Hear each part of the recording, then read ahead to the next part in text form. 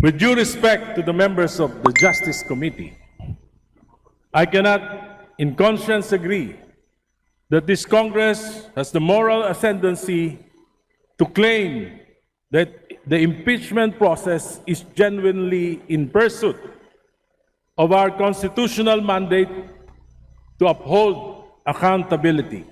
Why? Number one, the process beginning the 19th Congress is already tainted. Ito po ay pagpapatuloy lamang ng proseso na naganap ng 19th Congress. It is marked by hundreds of billions in infrastructure allocations and massive ayuda programs to cooperating legislators in the 19th Congress. The allegations of maleta and paper bags of cash during the impeachment process in the 19th Congress, hindi pa po ito naimbestigahan at hindi pa nare-resolve. One of the prime movers of the impeachment in the 19th Congress is Saldico, who resigned and left the country. Nakapagdududa. Dahil yung mismong nangunguna sa impeachment process ang siyang may hawak ng bilyong-bilyong pondo na nawala, nadala sa mga alokasyon, na nadala sa mga flood control at anomalous projects. Maraming mga pahayag na nakakabahala, ngunit hindi natin ito iniimbestigahan. Kung susuriin lang natin ang mga allocations sa mga distrito ng mga legislators na aktibo sa impeachment process noong nakaraan, at dami pa rin mga aktibo ngayon. In particular, in the 2024 and the 2025 national budget, magugulat tayo sa laki nito.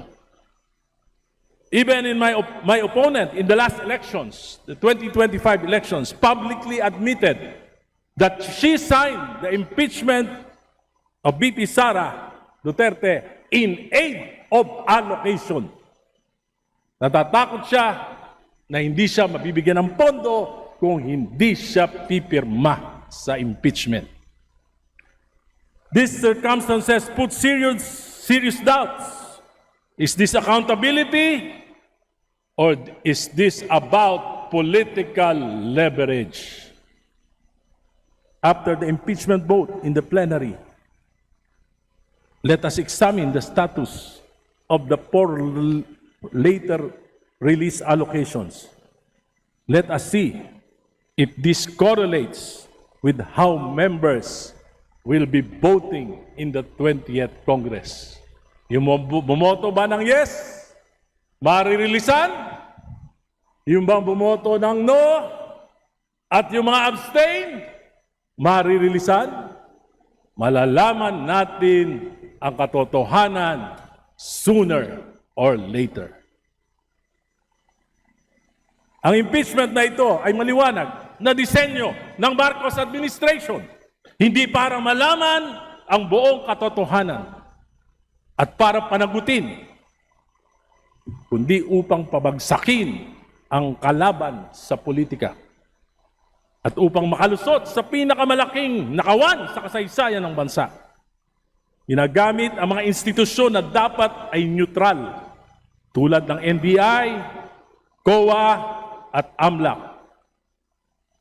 This impunity, nakakabahala po. Kailan ito titigil? Paano? Pag ako na, tulad ko, na bumabatikos, paano kung gusto kong patahimikin? Gagamitin din ba yung mga ahensya na ito? Baka magulat pa tayo. Maulit ang kasaysayan. Magamit ang mga institusyon para sa pagpapanatili sa kapangyarihan. Naganap na ito. Nagmalabis. Si Pangulong Duterte, maraming inapi. Katulad ni Congresswoman Laila de Lima. Dahil ako ang kauna-unahang nagsalita laban sa war on drugs, tinanggal ng Duterte administration ang alokasyon sa aking distrito. ginipit. Spalit, kung ginawa ito ng Administrasyong Duterte sa kanyang mga kritiko, papayagan ba natin na yung mga ahensya na ito sa ganitong sa kasalukuyang administrasyon, gawin ito sa mga kalaban niya rin? This is impunity. At nakakatakot. Baka maulit ang kasaysayan. The Committee on Justice for the first time in the history of Congress did not allow a member to pose questions to witnesses or resource persons. Hindi ako nagkaroon ng pagkakataon. Tanungin ang mga kadududang pahayag ni Madriaga at iba pa. Dahil hindi ako miyembro. Wala po ako natatandaan sa 5 kongreso na dinaluhan ko. Kahit hindi ako miyembro, nakakapagtanong ako. Ngayon lang, dito sa Justice Committee. Alam ko po, maraming galit kay Pangulong Duterte. Sapagkat sa amin po sa Caloocan, ang daming collateral damage ng war on drugs. Nanindigan ako dahil sa pagmamalabis na ito. Pero ngayon, hindi ko naman papayagan na dahil si Duterte lang, magmamalabis tayo para apihin siya. Kung gagawin natin yon, anong kaibahan natin kay Duterte? Di parang si Duterte din tayo. We cannot be loud against the Duterte, but silent against Marcos. There are clear signs of abuse, of misgovernance, or cover-up of corruption that cause our country and people economic distress. Today, inflation has reached 7.3%. Habang kumakain tayo sa masarap at maraming putahe dyan sa South Lounge, nagdidildil ng asin ang ating mga kababayan. Habang abala ang administrasyon na pagtakpan ang mga kalokohan at supili ng mga kalaban, hirap na ang ating mamamayan. Mr. Speaker, I will not be swayed by allocations, by power or loss of it, by fear or threats.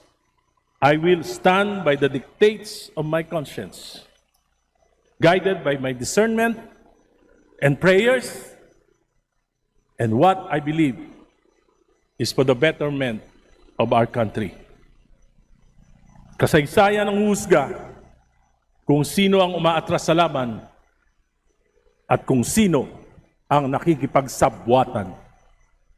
Ako si Egay Irice ng Caloocan, nanindigan nung EDSA 1, nanindigan nung EDSA 2,